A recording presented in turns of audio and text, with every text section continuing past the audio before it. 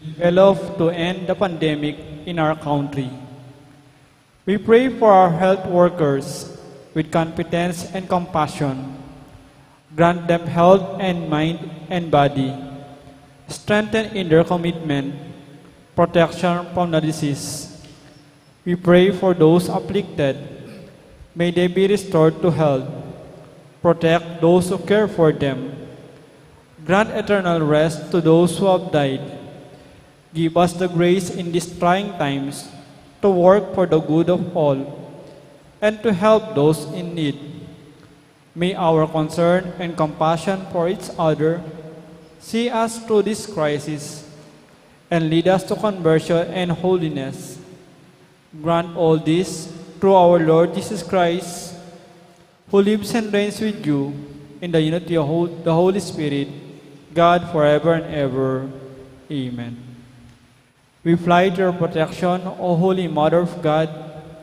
Do not despise our petition in our necessities, but deliver us always from all dangers. O glorious and blessed Virgin. Amen. Our Lady, health of the sick, Saint Joseph, Saint Raphael the Archangel, Saint Roch, Saint Lorenzo Ruiz, Saint Pedro Calungsod, Saint Rita of Cassia, Saint Augustine, Saint Monica. Please be seated. Together with our personal intentions, we offer this Mass for the thanksgiving of Joe and Rose Tolentino and family, and Engelbert Bondok. We also remember the souls of Marcelino, Felipa, Emiliano, Valeriana, Romeo, Pepito, and all the poor souls in purgatory.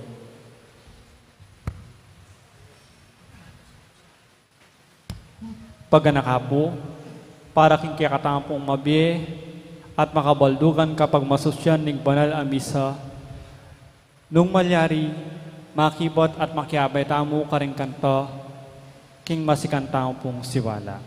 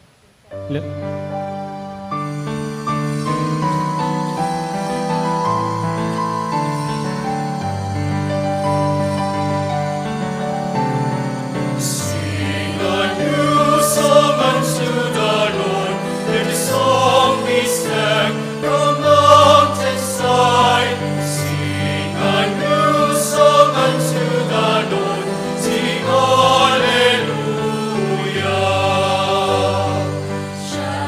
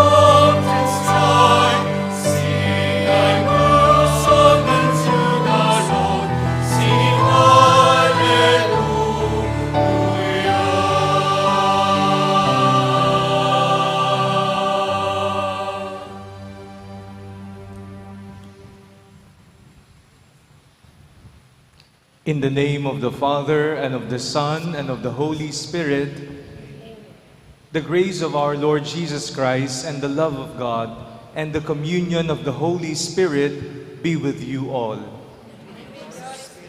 Magandang umaga po sa inyong lahat. Nais ko pong magpakilala. Ako po si Father Fiel Pareja. At makakasama po ninyo ako bilang katuwang na pari ni Father Arnie sa ating parokya. At maraming salamat po sa mainit na pagtanggap noong July 8. Brothers and sisters, let us acknowledge our sins and so prepare ourselves to celebrate the sacred mysteries.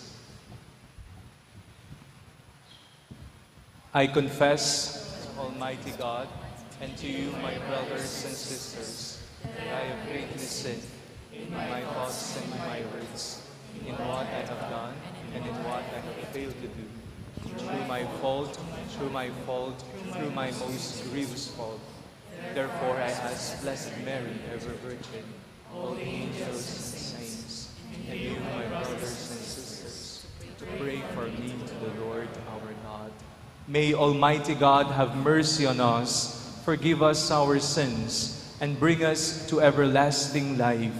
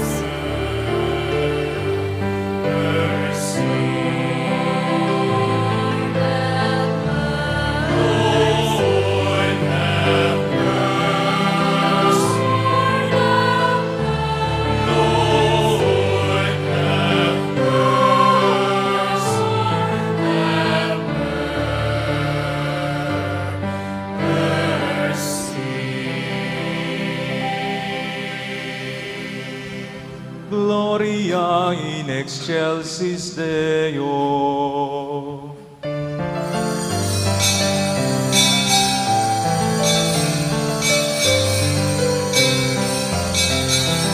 Glory to God in the highest, and peace to the people on earth. Glory to God in the highest, and peace to the people on earth.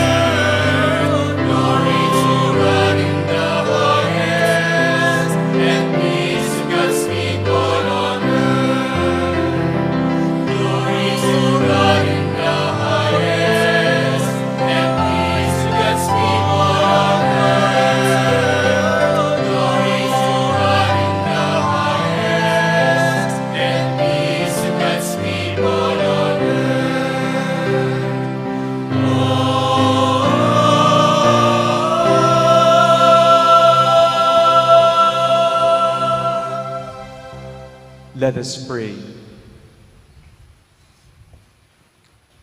O God, who show the light of your truth to those who go astray, so that they may return to the right path, give all who for the faith they profess are accounted Christians the grace to reject whatever is contrary to the name of Christ, and to strive after all that does it honor. Through our Lord Jesus Christ, your Son, who lives and reigns with you in the unity of the Holy Spirit, one God, forever and ever.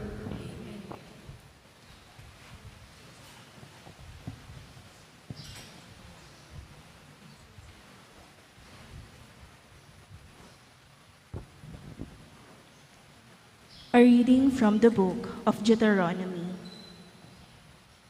Moses said to the people, "If only you would heed the voice of the Lord your God, and keep his commandment and statutes that are written in this book of the law, when you return to the Lord your God with all your heart and all your soul. For this command that I enjoin on you today is not too mysterious and remote for you.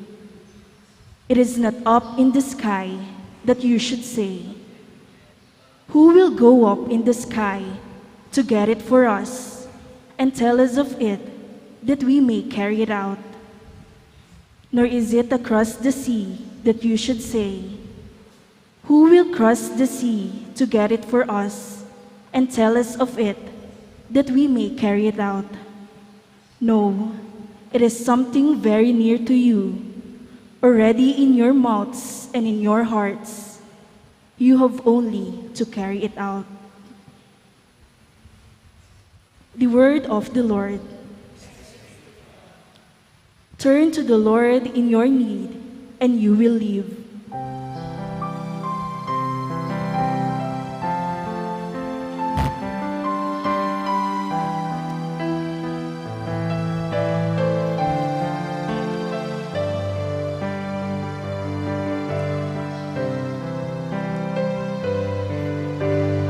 Turn to the Lord in your need, and you will live, and you will live, and you will live. Turn to the Lord in your need, and you will live, and you will live, and you will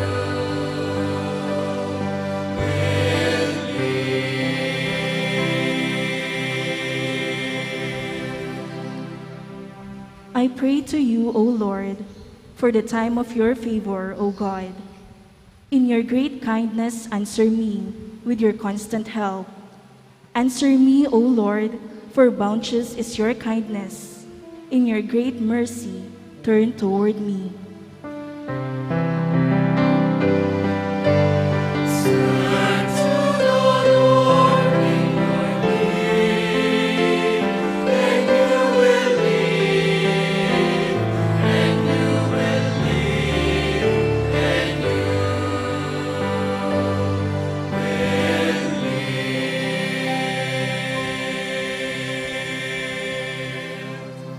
I am afflicted and in pain. Let your saving help, O God, protect me. I will praise the name of God in song, and I will glorify him with thanksgiving. turn to the Lord in your need, and you will live, and you will live, and you will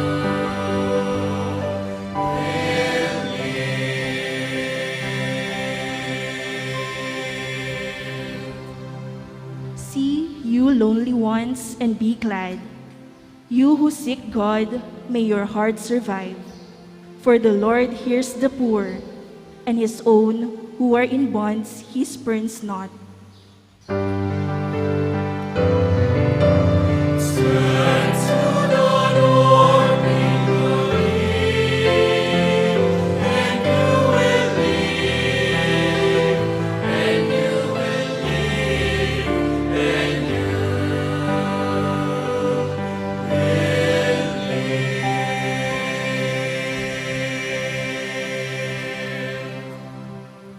For God will save Zion and rebuild the cities of Judah. The descendants of his servants shall inherit it, and those who love his name shall inhabit it.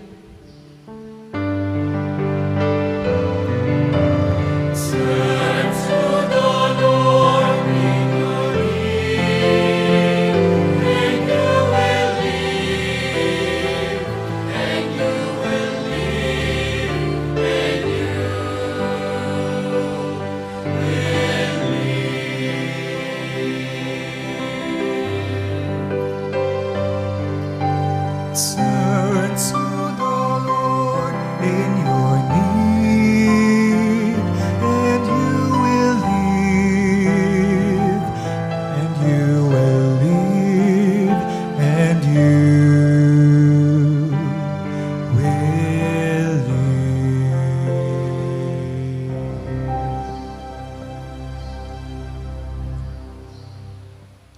A reading from the letter of St. Paul to the Colossians.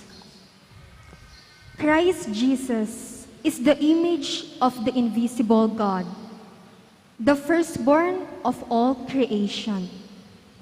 For in him were created all things in heaven and on earth, the visible and the invisible, whether thrones or dominions, or principalities, or powers. All things were created through him and for him. He is before all things, and in him all things hold together. He is the head of the body, the church. He is the beginning, the firstborn from the dead, that in all things he himself might be preeminent. For in him all the fullness was pleased to dwell, and through him to reconcile all things for him, making peace by the blood of his cross. Through him, whether those on earth or those in heaven. The word of the Lord.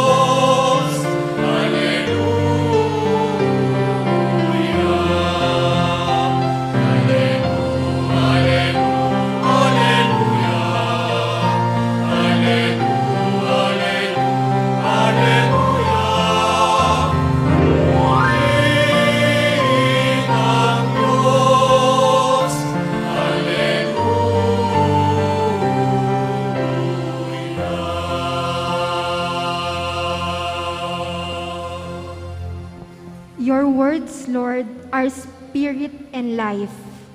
You have the words of everlasting life.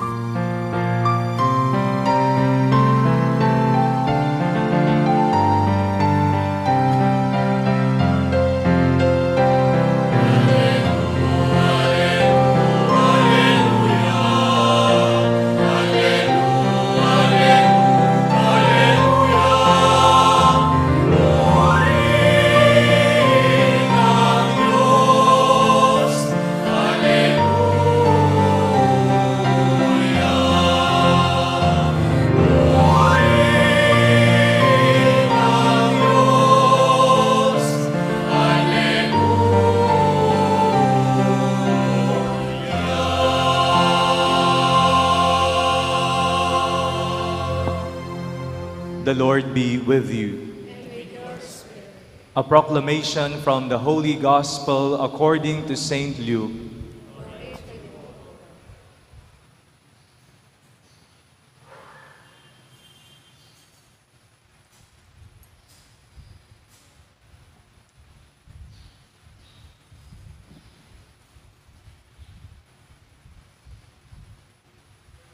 There was a scholar of the law who stood up to test Jesus and said, "Teacher, what must I do to inherit eternal life?" Jesus said to him, "What is written in the law? How do you read it?" He said in reply, "You shall love the Lord your God with all your heart, with all your being, with all your strength, and with all your mind, and your neighbor as yourself." He replied to him, "You have answered correctly. Do this, and you will live." But because he wished to justify himself, he said to Jesus, "And who is my neighbor?" Jesus replied, "A man fell victim to robbers as he went down from Jerusalem to Jericho. They stripped and beat him and went off, leaving him half dead. A priest happened to be going down that road, but when he saw him, he passed by on the opposite side. Likewise, a Levite came to the place, and when he saw him, he passed by on the opposite side. But the Samaritan traveler who came upon him was moved with compassion at his sight. He approached the victim, poured oil and wine over his wounds, and bandaged him.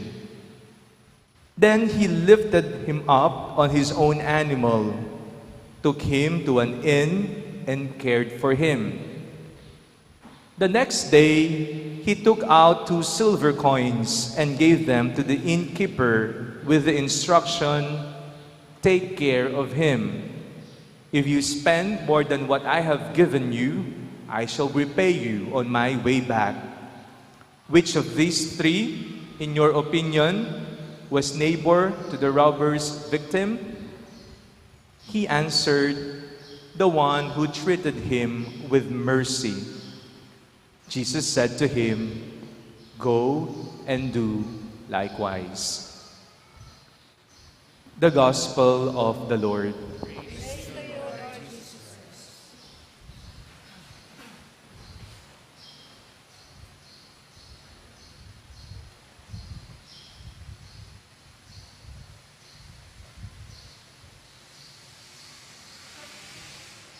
Po, magandang umaga sa inyong lahat. Good morning. May kakilala po ba kayong pakialamero sa buhay ninyo? Meron po? Yung mga tao na kung saan may masabi ka lamang, uisisain na lahat. May magawa ka lamang, lahat ng ginawa mo mali sa kanya. Ano po ang pumapasok sa kaisipan ninyo sa tuwing naririnig po ninyo ang salitang pakialam? Maaring ito ay manghulugan ng panghihimasok. Bakit mo pinanghihimasukan ang buhay ko? Bakit mo pinakikialaman ang mga desisyon ko sa buhay? Bakit mo tinitingnan lagi kung ano ang aking mga kilos? O kaya naman, ito'y maaaring manghulugan na panggugulo. Ginugulo ng ibang tao kung ano ang plano mo, kung ano ang mga pangarap mo sa buhay, pinakikialaman kung ano ang nais mong marating. O kaya naman, ang pakikialam ay maaring manghulugan ng pang-aabala. May ginagawa ka, biglang may darating, pakikialaman kung ano ang ginagawa mo. Kaya hindi ka matapos-tapos sapagkat hindi iyon ang plinano mo. Hindi iyon ang nais mo. Pinakialaman ang iyong gawa. Yan po marahil ang kasalukuyang kahulugan ng salitang pakialam. Either panghihimasok, pang-aabala, o kaya naman panggugulo. Ngunit, ano po kaya ang orihinal na kahulugan ng salitang ito? Tingnan po natin ang salita, hatiin sa dalawa, paki at alam. Paki. Hindi ho ba ginagamit po natin ito sa tuwing tayo ay nakikiusap? If we make requests, pakiabot mo nga, pakisabi mo nga, pakibigay mo nga. Paki is to make a request. Please say this to him. Please bring this to that person. May paggalang. Alam. Alam is to know. You understand. Alam mo ang tunay na nangyari. Kilala mo ang taong ito. Kaya naman kung titingnan po natin kapag pinagsama natin ng salitang paki at alam, makakabuo tayo ng isang salita, pakialam. Literally, to get to know. Please know. It has concern, it has sympathy.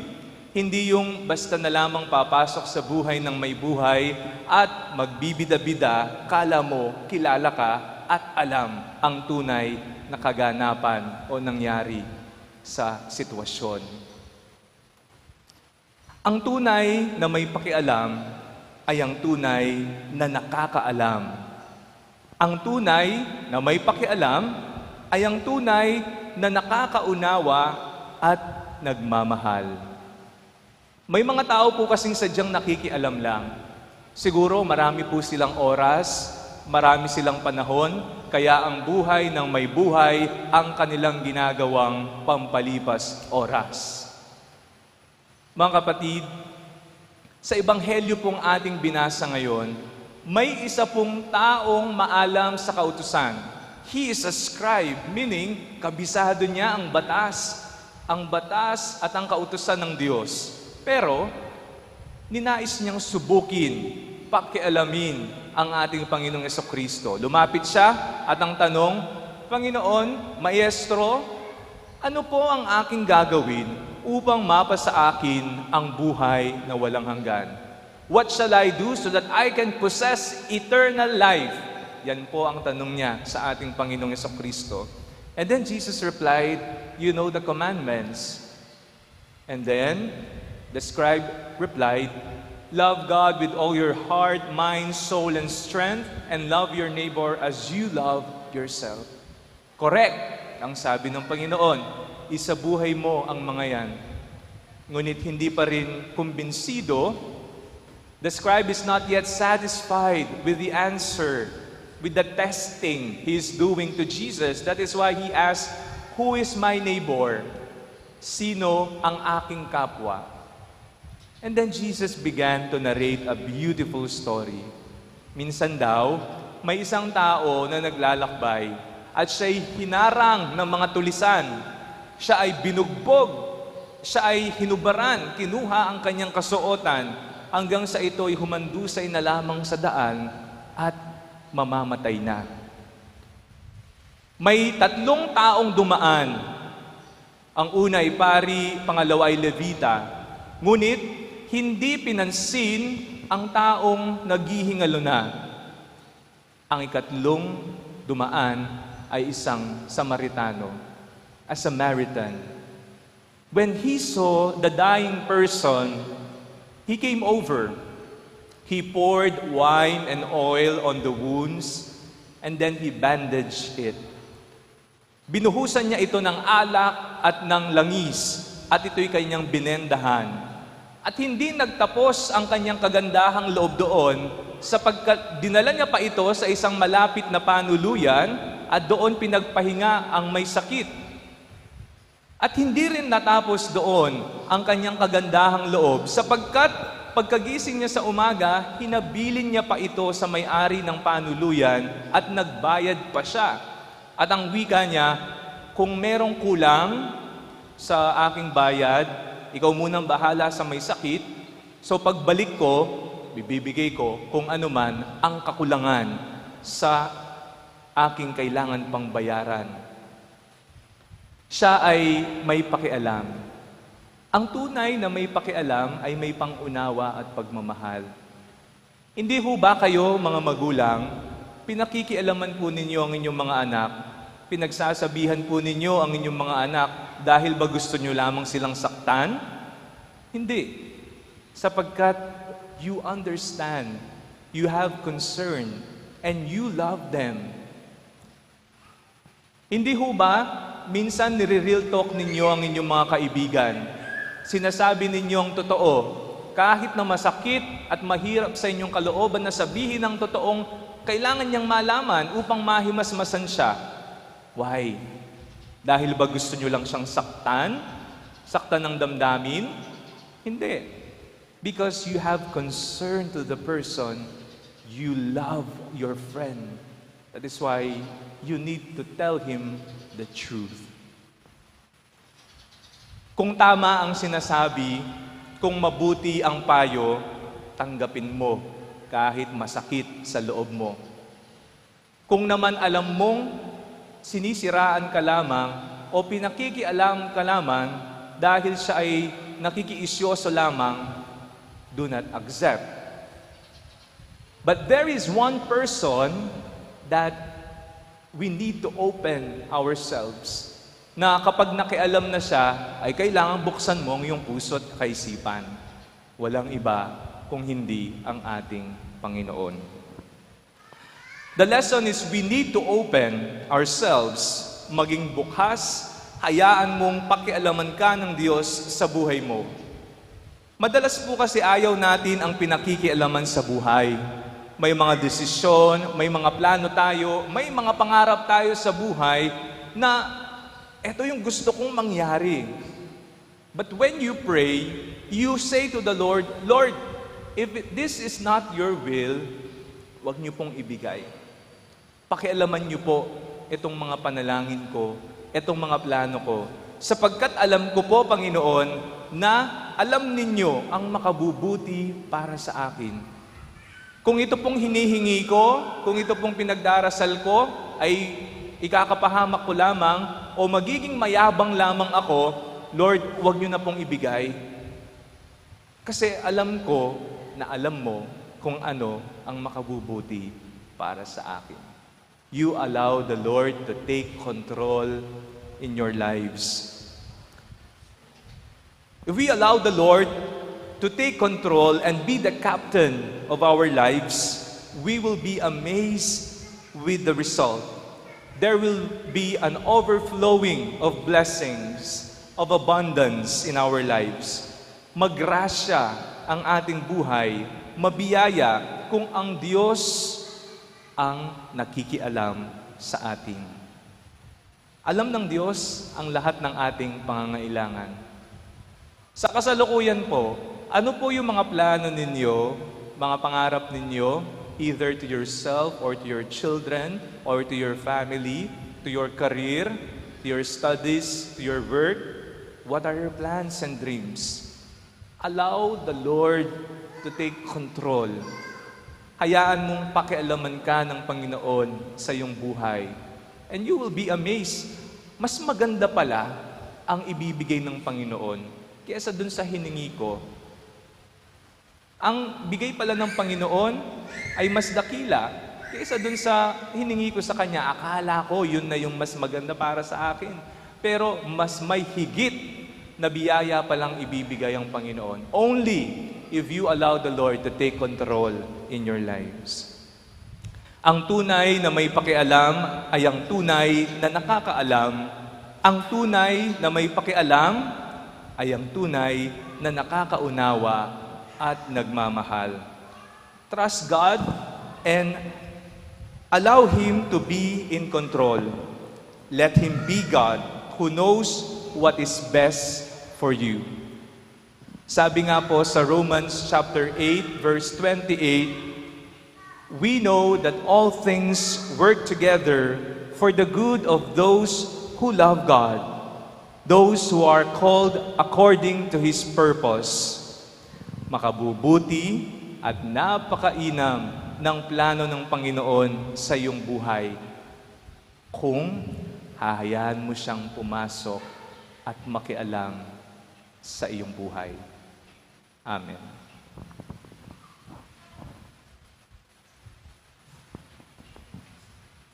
Let us profess our faith. I believe in one God,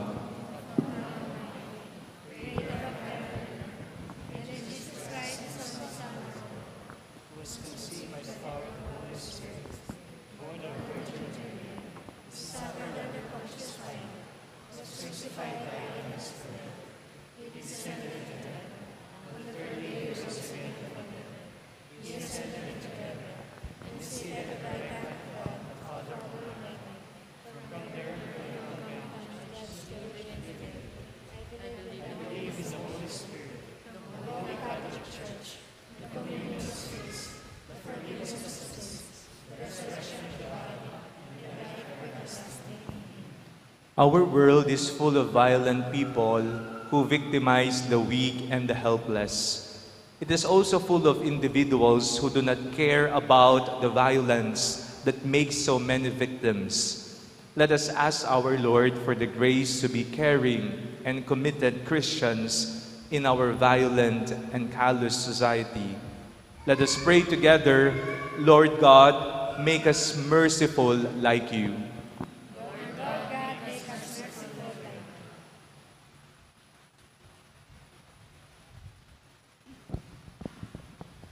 For the universal church, may she be like the Good Samaritan in our time, bending mercifully on all the ills that afflict humankind. Let us pray. For our spiritual and religious leaders, may they teach the faithful in words and deeds to prioritize active compassion toward the suffering and the needy. Let us pray. For all those who work in the medical profession, may they care for their patients with the same compassion and generosity shown by the Good Samaritan. Let us pray. For the peoples at war or locked up in bitter rivalries, may they remember that we are all children of the same Father, brothers and sisters of Jesus Christ. Let us pray. For all those who find it difficult to accept the neighbor those they dislike, may the teaching and example of Jesus be their inspiration and encouragement. Let us pray. Let us pray in silence for the urgent concerns of our parish community and our personal intentions. Let us pray.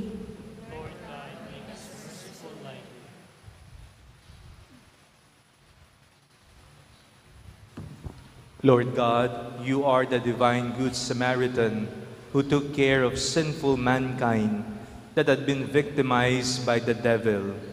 Look mercifully on all of us and make us instruments of your merciful love, who live and reign forever and ever.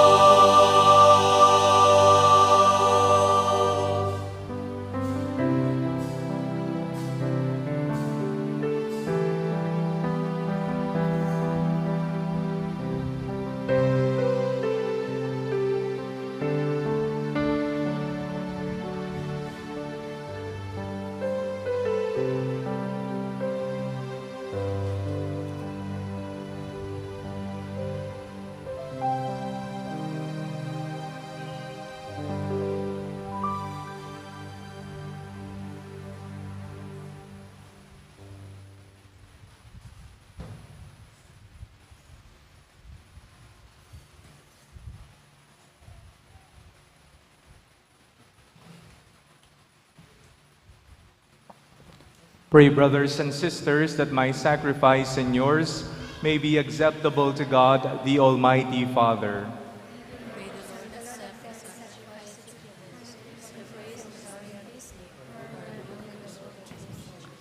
Look upon the offerings of the Church, O Lord, as she makes her prayer to you, and grant that when consumed by those who believe, they may bring ever greater holiness through Christ our Lord. The Lord be with you. Lift up your hearts. Let us give thanks to the Lord our God. It is truly right and just, our duty and our salvation, always and everywhere to give you thanks, Lord, Holy Father, Almighty and eternal God. For when your children were scattered afar by sin, through the blood of your Son and the power of the Spirit, you gathered them again to yourself, that the people formed as one by the unity of the Trinity made the body of Christ and the temple of the Holy Spirit, might to the praise of your manifold wisdom be manifest as the Church. And so in company with the choirs of angels, we praise you, and with joy we proclaim.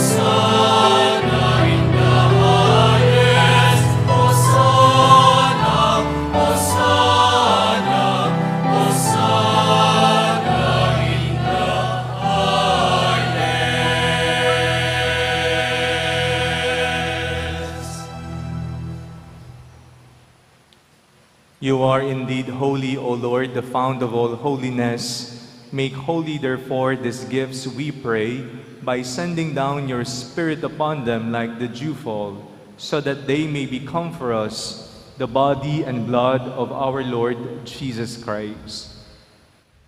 At the time he was betrayed and entered willingly into his passion, he took bread and giving thanks, broke it, and gave it to his disciples, saying, "Take these, all of you, and eat of it, for this is my body, which will be given up for you."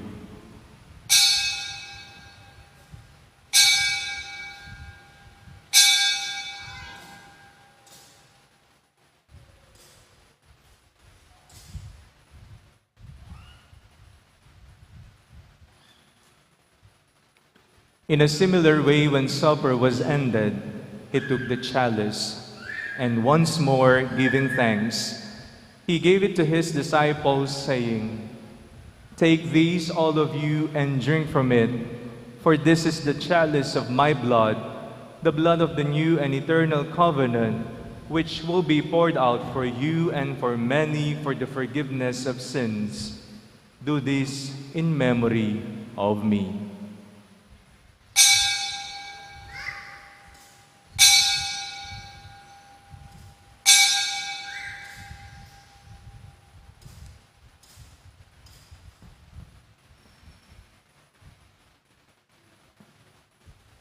The mystery of faith.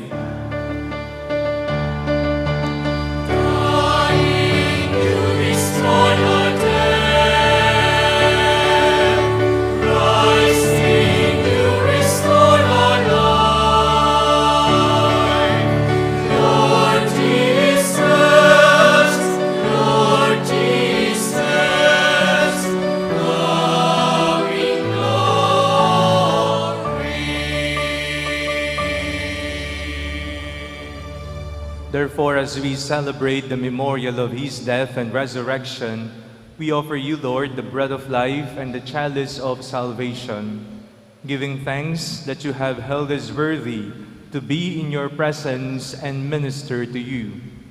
Humbly we pray that partaking of the body and blood of Christ, we may be gathered into one by the Holy Spirit.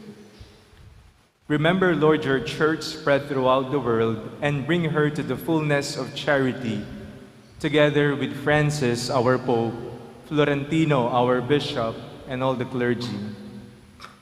Remember also our brothers and sisters who have fallen asleep in the hope of the resurrection, and all who have died in your mercy. Welcome them into the light of your face. Have mercy on us all, we pray, that with the Blessed Virgin Mary, Mother of God, with the blessed apostles and all the saints who have pleased you throughout the ages, we may merit to be co-heirs to eternal life and may praise and glorify you through your Son, Jesus Christ.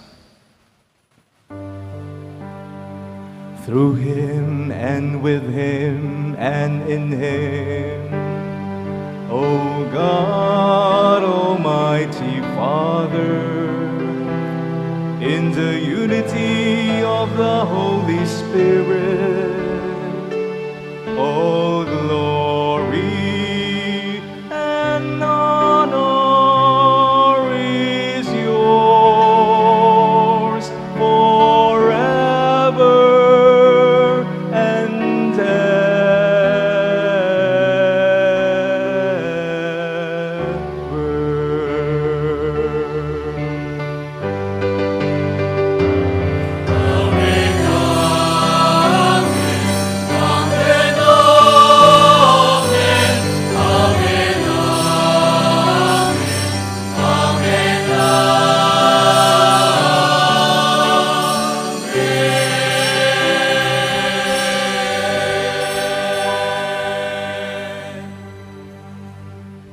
At the Savior's command and formed by divine teaching, we dare to pray.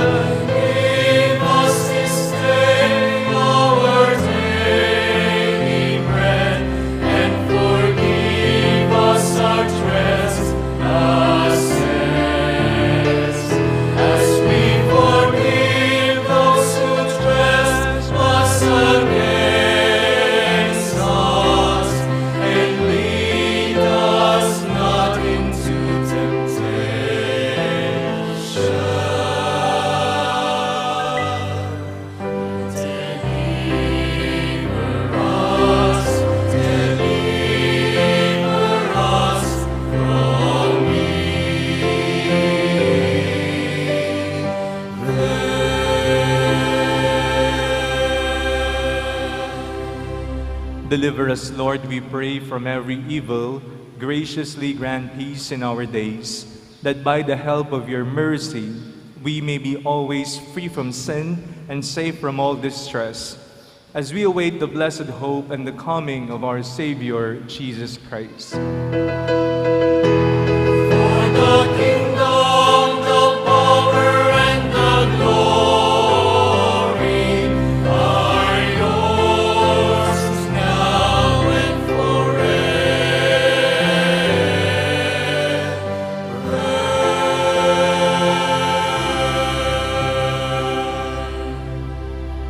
Lord Jesus Christ, who said to your apostles, "Peace I leave you, my peace I give you," look not on our sins, but on the faith of your church, and graciously grant her peace and unity in accordance with your will, who live and reign forever and ever.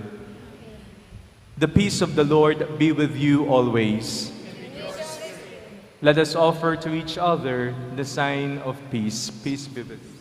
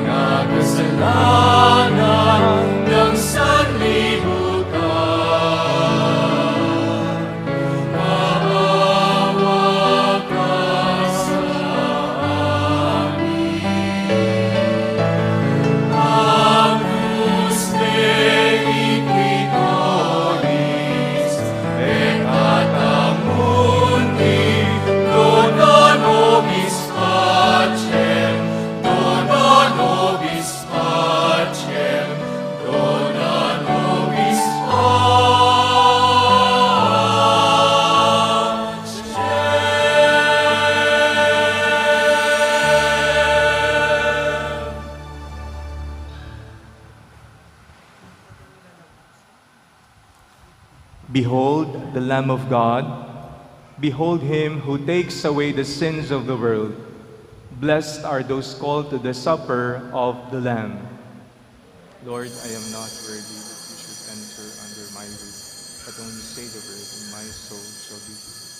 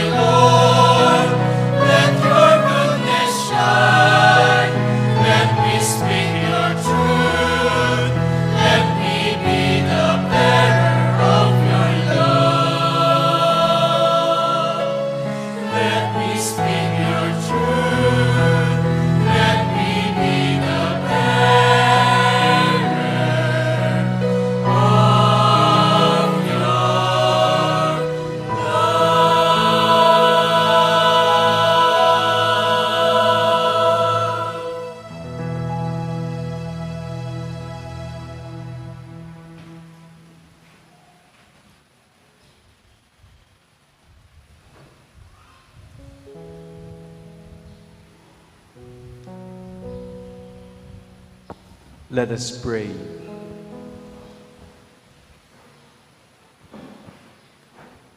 Having consumed these gifts, we pray, O Lord, that by our participation in this mystery, its saving effects upon us may grow. Through Christ our Lord.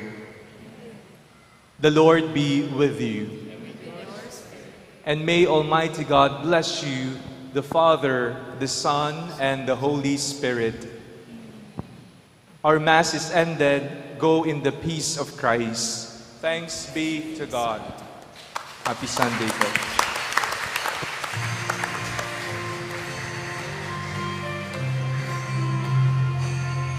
I will sing forever of your love, O Lord.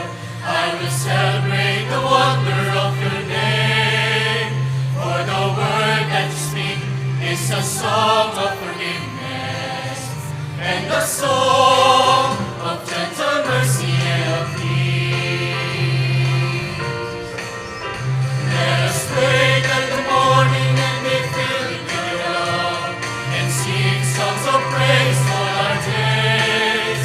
For your love is as high as the heavens above us, and your faithfulness as certain as the dawn. I will sing forever of your love, O Lord. For you are my refuge and my strength. You fill the world with your life-giving spirit. Just speak your word.